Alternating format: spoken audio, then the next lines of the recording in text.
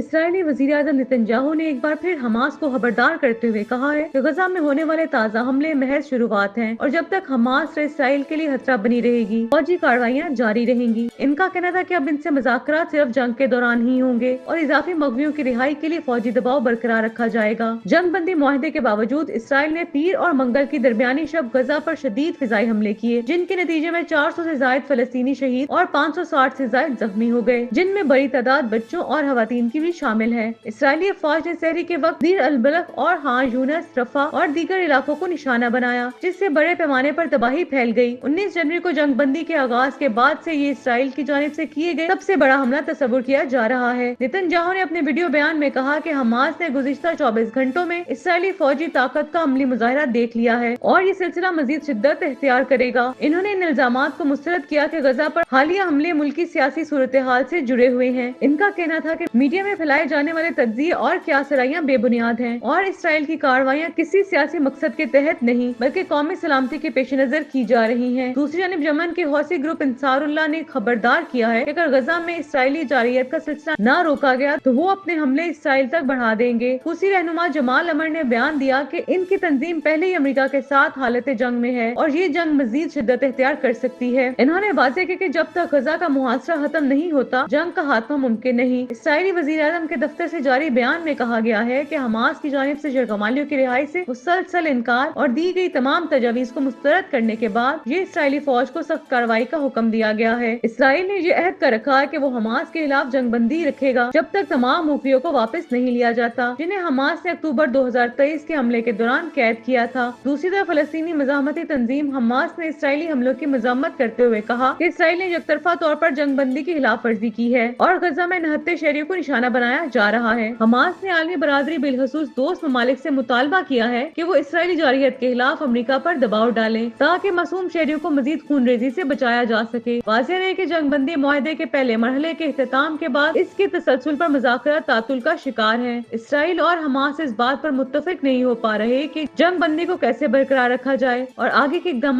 क्या होंगे, जिसकी वजह से खित्ते में कशीदगी एक बार फिर शिद्दत इख्तियार कर चुकी है। पाकिस्तान की सीनियर अदाकारा बुशरा अंसारी ने मौजूदा दौर में रमजान ट्रांसमिशन के बढ़ते हुए रुझान पर तशवीश का इजहार करते हुए कहा कि नशरियात की वजह से लोग इबादतों से दूर होते जा रहे हैं। इन्होंने अपने हालिया वीडियो ब्लॉग में इस मौजू पर बात करते हुए कहा कि पहले लोग रोजा रखकर इबादत में मशगूल होते थे, मगर अब सारा दिन रमजान नशरियात देखने में गुजार देते हैं। अपने घर में इफ्तारी की तैयारी के दौरान मद्दाहों से गुफ्तगू करते हुए बुशरा अंसारी ने कहा कि माजी में लोग रोजा रखकर कुरान की तिलावत करते, नवाफिल अदा करते और जिक्र इज़कार में वक्त गुजारते थे, लेकिन आज का सूरत हाल बिल्कुल बदल चुकी है। अब लोगों के रोजे इबादत की बजाय रमजान ट्रांसमिशन देखकर गुजारे जाते हैं। इन्होंने अफसोस का इजहार करते हुए कहा कि अब ऐसा लगता है जैसे लोग इबादत के बगैर सिर्फ भूखे रहकर रोजा गुजार रहे हैं, जो कि फाका करने के मुतरादिफ है। अदाकारा ने मजीद कहा कि माजी में भी रमजान नशरियात नशर की जाती थी। इनके मुताबिक पहले का दौर ज्यादा सादा और रूहानी तौर पर बाबरकत महसूस होता था, जबकि आजकल रमजान ट्रांसमिशन एक बहुत बड़े ट्रेंड में तब्दील हो चुकी है। इन्होंने ये भी तस्लीम किया कि वो खुद भी कभी कभार इन नशरियात में बतौर मेहमान शिरकत करती हैं, क्योंकि ये प्रोग्राम लोगों के लिए दिलचस्पी का बाइस बनते हैं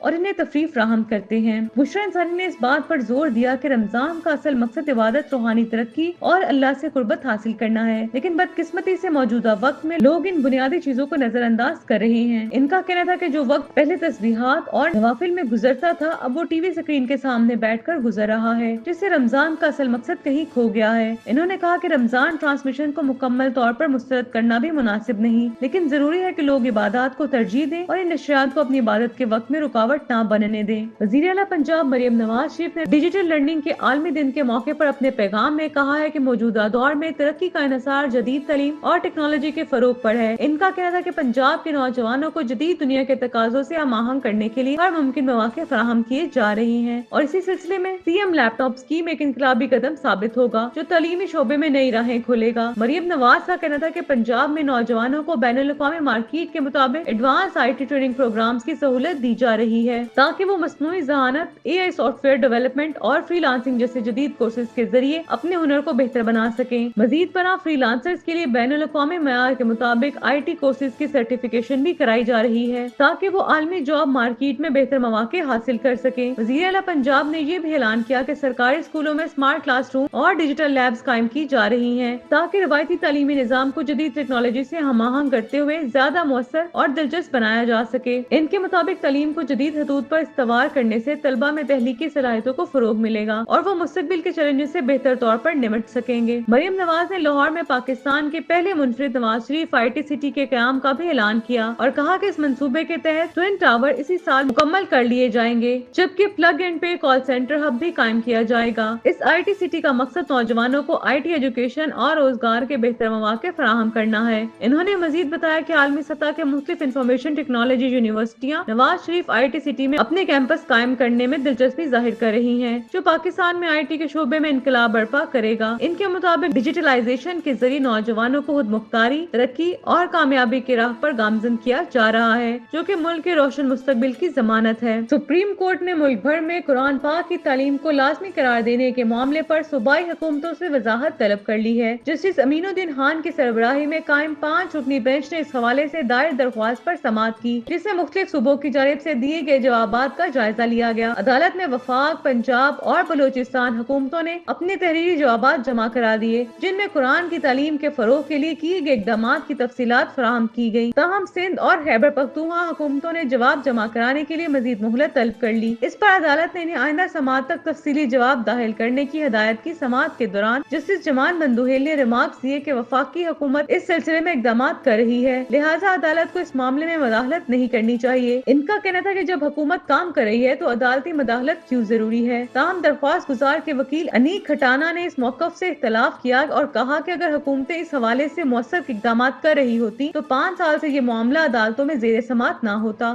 وکیل نے مزید کہا کہ آئین کے آرٹیکل 31 کے تحت قرآن پاک کی تعلیم لازمی ہے، لیکن اسلامیات اور قرآن کی تعلیم کو الگ الگ سمجھا جانا چاہیے۔ ان کا کہنا تھا کہ قانون کے مطابق قرآن پاک کا وہی ترجمہ رائج ہو سکتا ہے جو متفق کا ہو، جبکہ وفاقی حکومت کے لیے بھی ضروری ہے کہ وہ کسی بھی ترجمے کی منظوری دے۔ وکیل نے عدالت کو بتایا کہ کسی بھی صوبے یا وفاقی حکومت نے تاحال اس حوالے سے کوئی باضابطہ نوٹیفیکیشن پیش نہیں کیا۔ جسٹس جمال بندوہیل نے اس واقعے پر ریمارکس دیے کہ بچے کو پہلے مادری زبان سکھائی جاتی ہے، پھر اردو اور انگریزی کی تعلیم دی جاتی ہے۔ وکیل نے موقف اختیار کیا کہ قرآن پاک کی تعلیم کے حوالے سے حکومتوں کو اپنی ذمہ داری پوری کرنی چاہیے تاکہ طلبہ کو باقاعدہ طریقے سے دینی تعلیم دی جا سکے۔ بعد ازاں عدالت نے سندھ اور خیبر پختونخوا حکومت سے تفصیلی جواب طلب کرتے ہوئے کیس کی سماعت غیر معینہ مدت تک ملتوی کر دی۔ عدالتی فیصلے کے مطابق آئندہ سماعت میں تمام صوبوں کو اپنی پالیسیوں اور اقدامات کی وضاحت دینی ہوگی تاکہ اس معاملے پر کوئی حتمی فیصلہ کیا جا سکے۔ آسٹریلیا کی ورلڈ کپ وننگ ٹیم کی سابق رکن اور کمنٹیٹر بریڈ ہاک کی ایک ویڈیو سوشل میڈیا پر وائرل ہو گئی، جس میں وہ پاکستان کرکٹ ٹیم کے کپتان محمد رضوان کی انگریزی کا مذاق اڑاتے نظر آ رہے ہیں۔ یہ ویڈیو سامنے آتے ہی کرکٹ شائقین اور پاکستانی مداحوں نے بریڈ ہاک کو شدید تنقید کا نشانہ بنایا۔ ویڈیو میں ایک شخص نے، جس کی حرکات و سکنات بھارتی کرکٹر وراٹ کوہلی سے مشابہت رکھتی ہیں، مذاق میں کہتا ہے کہ میں اور کوہلی ایک جیسے ہیں، وہ پانی پیتے ہیں میں بھی پانی پیتا ہوں، وہ کھاتے ہیں میں بھی کھاتا ہوں، ہم میں کوئی فرق نہیں۔ اس کے بعد وہ شخص رضوان کے لہجے میں انگریزی بولنے کی نقل اتارتا ہے، جس پر بریڈ ہاک طنزیہ انداز میں رضوان کی انگریزی کو خوبصورت قرار دیتے ہیں۔ یہ ویڈیو وائرل ہونے کے بعد سوشل میڈیا پر بریڈ ہاک کو آڑے ہاتھوں لیا گیا اور مداحوں نے اس عمل کو پاکستانی کرکٹر کی توہین قرار دیا۔ ایک صارف نے تبصرہ کیا کہ برصغیر کے لوگوں کو اس نو آبادیاتی ذہنیت سے باہر نکلنا چاہیے۔ انگریزی ہماری مادری زبان نہیں ہے، ہمارے کھلاڑیوں کو اردو بولنی چاہیے اور مترجم ساتھ لے جانا چاہیے۔ ایک اور صارف نے لکھا کہ مجھے یقین ہے کہ آسٹریلوی عوام بریڈ ہاک کے اس رویے پر شرمندہ ہوں گے۔ واضح رہے کہ بریڈ ہاک آسٹریلیا کی اس ٹیم کا حصہ رہ چکے ہیں جو 2003 اور 2007 کے کرکٹ ورلڈ کپ میں چیمپئن بنی تھی، تاہم ان کے اس حالیہ رویے پر کرکٹ برادری میں شدید غصے کا اظہار کیا جا رہا ہے۔